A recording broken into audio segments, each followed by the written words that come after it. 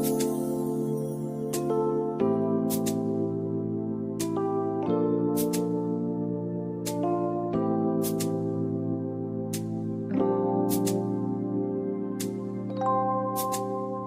រៅមេដ៏ធំធេ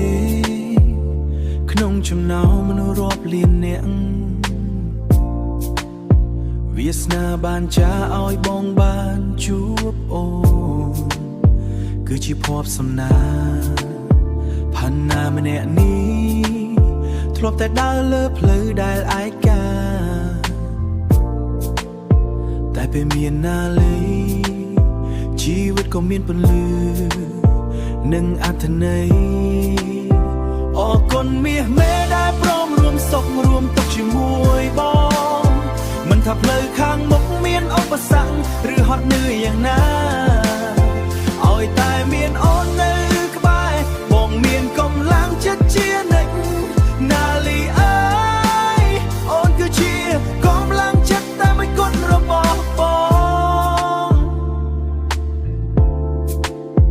ទោះបីបងមិនមែនជាអ្នកមានស្ដប់ដំឬឧត្តមមន្ត្រី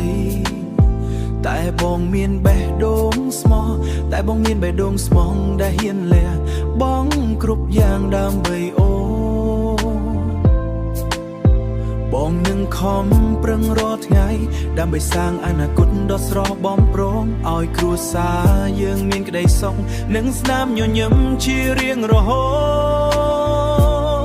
តសន្យាណាស្នេហ៍ផាន់ណាម្នាក់នេះមិនឲ្យអូនយំបងនឹងធ្វើជាស្ពានបងនឹងធ្វើជាចិញ្ចើមការពារអូនទោះសំប្រែពណ៌សេរីសួស្តីផ្លាស់តាមវ័យក៏ចិត្តភក្តីដែលបងមានចំពោះណាលីមិនប្រែឡើយអរគុណមាសមេដែលព្រមរួមសុខរួមទុក្ខជាមួយបងមិនថាផ្លូវខាងមុខមានឧបសគ្គឬហត់នឿយយ៉ាងណាឲ្យតែមានអូននៅក្បែរបងមានកម្លាំងចិត្តជានិច្ចណាលីអើយអូនគឺជាកម្លាំងចិត្តតែមួយគត់របស់បង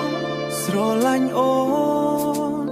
ច្រើនជាងជីវិតបងទៅទៀតផាន់ណានិងណាលីស្នេហាយើងនឹងអមតៈ